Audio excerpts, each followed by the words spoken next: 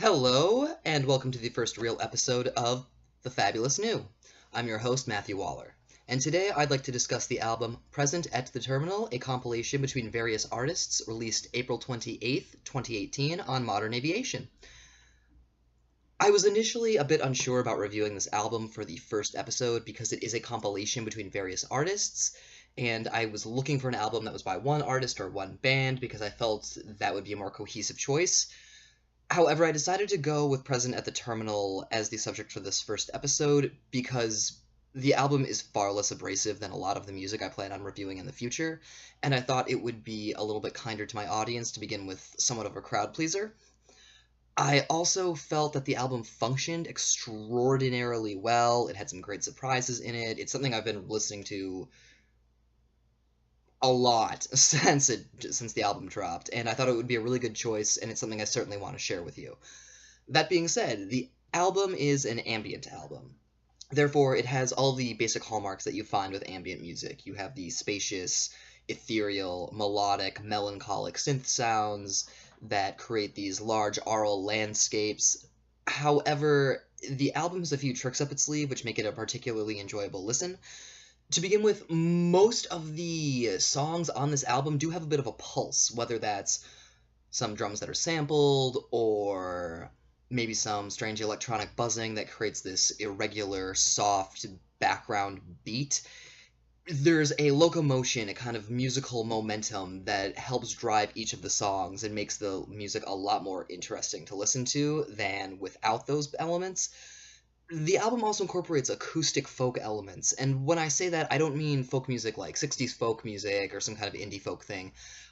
I mean what I would call folk horror. Think like the movie The Wicker Man. It's not scary, but there are these organic acoustic elements that add this sensation of being somewhere unfamiliar. It's intriguing, but we certainly, as listeners, have the feeling that we're in a space that we normally do not occupy.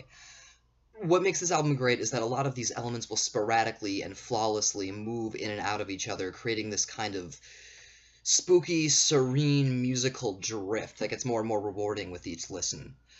I guess a good comparison would be, oddly enough, the quieter, more melancholic portions of Porcupine Tree's Fear of a Blank Planet and the Incident albums, so fans of that music should definitely check out Present at the Terminal. That being said, let's move on to the tracks. There are 11 of them on this album, totaling just under 50 minutes.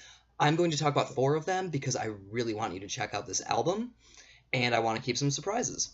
So, the first album is entitled A Wedge-Shaped Core of Darkness by Teresa Winter. It clocks in at roughly 2.5 minutes, and it's probably the most menacing track on this album, which makes it a bit of an interesting choice for an album opener. We are greeted with the sample of a lot of these people choking, which then fades in and out of these weird sirens that are approaching, conveying danger to the listener. Again, we've got the ethereal synths, and then these vocal samples of these people chanting, which gets at what I mean by folk horror, this sort of strange, pre-Christian, pagan, religious quality that is built into the music. The music doesn't so much as go anywhere, this particular track really opens. It's not like a build. It's a bit of an opening to the listener to give he or she a chance of what he or she is going to be hearing. The second track is particularly interesting. It's called Temple by Dollboy. Interestingly enough, this is Modern Aviation's second release. The first one was January 2018, which was Dollboy's Rites and Rituals, so I'm a bit curious as to what hand he had in the creation of this record. Temple lasts about 3 minutes, and this is where the folk horror shows off the best on the album. The opening drone sounds very similar to me to a hurdy-gurdy.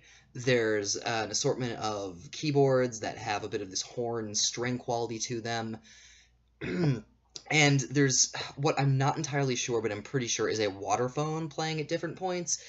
Again, we get this drifting, haunting quality, and it's brought forward by a lot of what I would say sound non-Western sound elements, particularly with the chime-like bells that come into the song. It gives this very mystical sensation. It almost like a, I don't know, like a proto-Indo-European Lovecraftian temple, the kind of music that would get played in that environment. This is probably one of the album's best examples of tone painting, and what I mean by that is that these artists are not using music to create a narrative or even necessarily convey emotion directly. It seems that they're using sounds and tones to create little vignettes or worlds that we get to enjoy without the semantics of language. That being said, we go on to track 5, which is called Dry Bones by Simon Sound. This might be my favorite album on, or excuse me, my favorite track on the entire album. It's about 3.5 minutes long. This one is actually available to listen to for free on Modern Aviation's Bandcamp, and just so you're aware, I have no association with Modern Aviation. This is not a commercial for the album, it's just something I stumbled on and really, really liked. This song has a bit of this electric buzzing that creates that kind of unusual background rhythms beneath all the synths on top. But what makes it particularly cool are these dry, hollow clicks that sound to me like dry bones being hit together, creating this not cacophonous, but unusual dry rhythmic element. Again, it's great tone painting. The song's called Dry Bones. I hear the dry bones. Super solid. Loved the track. The final song I want to talk about is the final track of the album called Land's End by Exile of Days. This one's a bit longer. It's about 5.5 minutes. This one might also be my favorite track. It begins with this great trip hop style beat, and I really like Portishead, so I felt like I could immediately glom on to the music. There was a bit of a similar aural lexicon being used from the one I already appreciate. There's a bit of a bass crackle sort of sound in the background that gives the sound this really nice texture, and I really like those kind of textural synthetic qualities in music.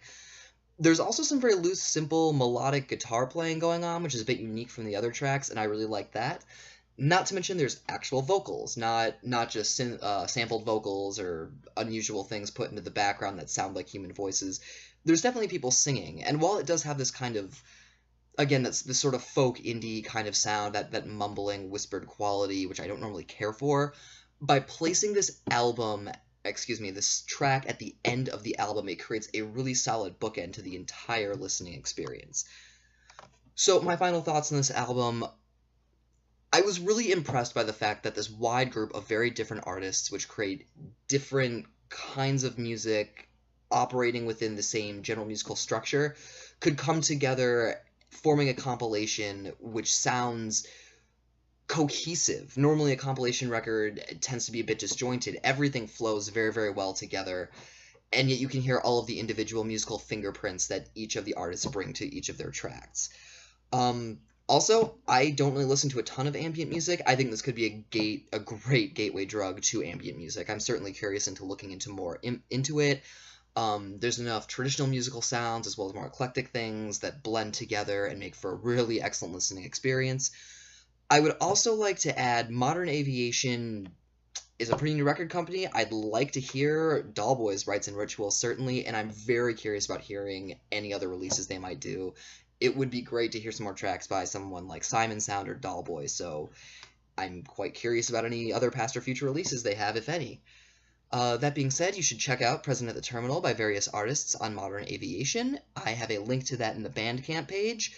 If you'd like to hear more reviews on experimental 21st century music, please click like and subscribe, and if you'd like, visit my Patreon, and make sure to comment if there's anything I missed, if there's anything you disagreed with. I would love to hear it. So thank you so much, and thanks for spending some time in the fabulous new.